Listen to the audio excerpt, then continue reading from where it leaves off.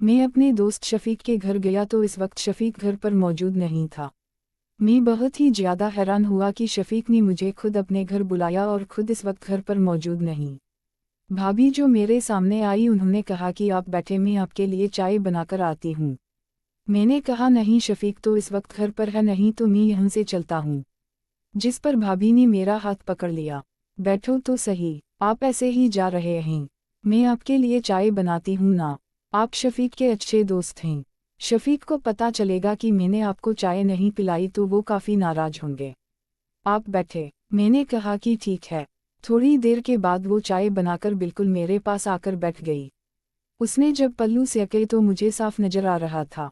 मैं अब समझ चुका था कि वो मेरे बारे में क्या सोच रही है। साजिद आप चाय पिए ना। जब उसने मेरा नाम लिया तो मैंने कहा कि आप मुझसे ऐसे बात क्यों कर रही हैं? नहीं, मैंने तो ऐसी कोई बात नहीं की। मैं जैसे चाय पी रहा था, मेरी नज़र सिर्फ और सिर्फ उसकी तरफ थी। वो इतनी खूबसूरत लग रही थी, मैं तो कभी सोच भी नहीं सकता था। अब मैं खुद भी काफ़ी बेकाबू सा होने लगा था। मैं खुद भी अब अपने ऊपर काबू नहीं कर पा रहा था। मेरा हिस्सा साफ उसे नजर आ रहा था। वह मेरे पास आकर नीचे बैठ गई। उन्होंने अपना हाथ बढ़ाया। जैसे ही उन्होंने छुआ मुझे काफ़ी अजीब लगा। मैंने कहा कि यह आप क्या कर रही हैं? आप मुझे अच्छे लगते हैं। मैंने कहा कि शफीक आ गया तो बहुत बुरा होगा। मैं नहीं चाहता कि शफीक को हमारे ऐसे रिश्ते के बारे में पता चले। मैं आपके बारे में ऐसा नहीं सोच सकता, लेकिन मैं दिल से तो यह बात नहीं कह रहा था। मैं तो बस यह बात इसलिए कह रहा था कि मैं किसी बात का इल्ज़ाम अपने ऊपर लेकर नहीं आना चाहता था, क्योंकि अब उसे भी पता चल चुका था। मेरे मना करने के बावजूद भी उन्होंने अब अपने तरीके से खेलना शुरू कर दिया।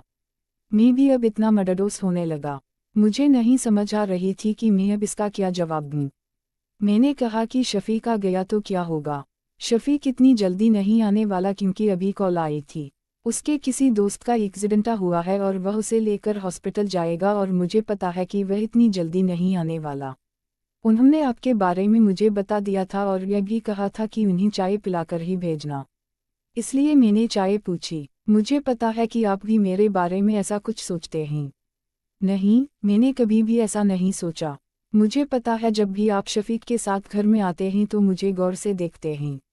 मैंने कई बार यह बात नोट की है। इसलिए आज जब शफीक ने मुझे बताया कि आप आने वाले हैं तो मैंने दिल में सोच लिया था कि आज मैं आपको खुश कर दूंगी। आपकी खुशी इसी में है ना। आप शफीक के अच्छे दोस्त हैं। मुझे भी बहुत अच्छा लगता है जब भी मैं आपको देखती हूँ। आप काफ़ी ताकतवर और खूबसूरत हैं।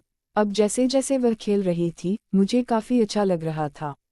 सबा तुम तो वाकई ही कमाल की खिलाड़ी हो। मैंने तो कभी भी नहीं सोचा था कि तुम भी इस तरह मुझ पर जादू कर दोगी। अब मैं भी अपने दिल की बात कहने पर आ गया। थोड़ी देर के बाद अब मैं भी उसके खेल का हिस्सा बन चुका था। थोड़ी देर के बाद मैंने उसकी एक अच्छी सी पोजीशन खुद ही बनाई।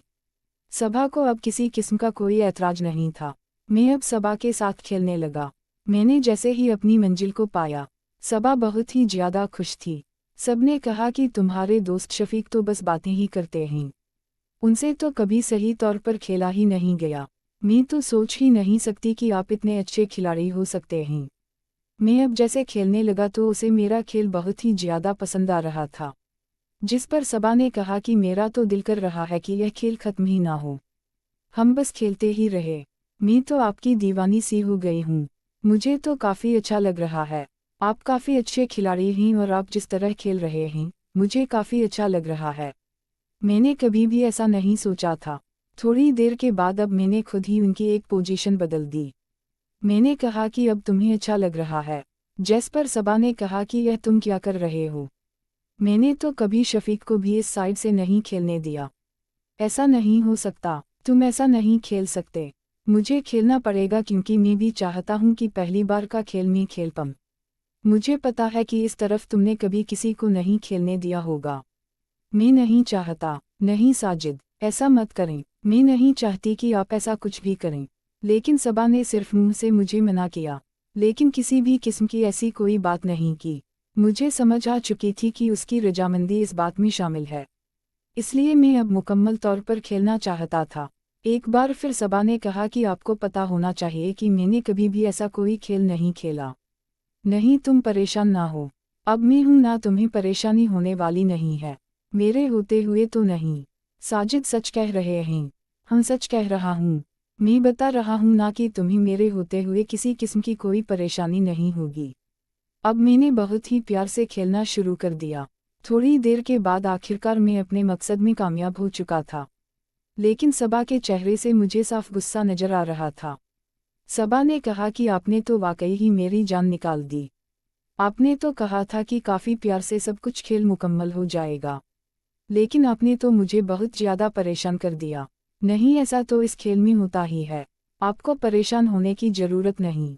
थोड़ी देर के बाद अब सबा भी मेरा साथ दे रही थी। सबा और मैं काफ़ी हद तक अपने मकसद में कामयाब हो चुके थे। हम दोनों ही काफ़ी हद तक खेल चुके थे। हम काफ़ी हद तक हंसी वादियों में गुम थे। सबा को भी काफ़ी अच्छा लग रहा था। सबा ने कहा कि आज तो वाकई आपने कमाल कर दिया, कहीं शफीका ना जाए। अब सबा ने जब खुद शफीक का नाम लिया तो मुझे भी डर लगने लगा। मैंने कहा हाँ, अब मैंने भी अपना खेल मुकम्मल कर दिया और बिल्कुल ठीक होकर मैं बैठ गया। सबा भी अपने आप को फ्रेश करके बिल्कुल सामने आ गई। अब उन्होंने कहा कि हो सकता है कि शफीक आ जाए। थोड़ी देर के बाद वाकई ही शफीक आ गया। चाय का कप मेरे सामने था। मैंने शफीक को कहा कि तुम अच्छे इंसान हो। तुमने मुझे कॉल की और घर बुलाकर खुद घर पर नहीं थे। बस यार वही कॉल आ गई थी। फिर शफीक ने कहा कि 1 कप और चाय का बना दो, बल्कि 2 कप बना दो। साजिद और मैं एक साथ चाय पीते हैं। शफीक और मैं बिजनेस पार्टनर थे, इसलिए शफीक को इस बात पर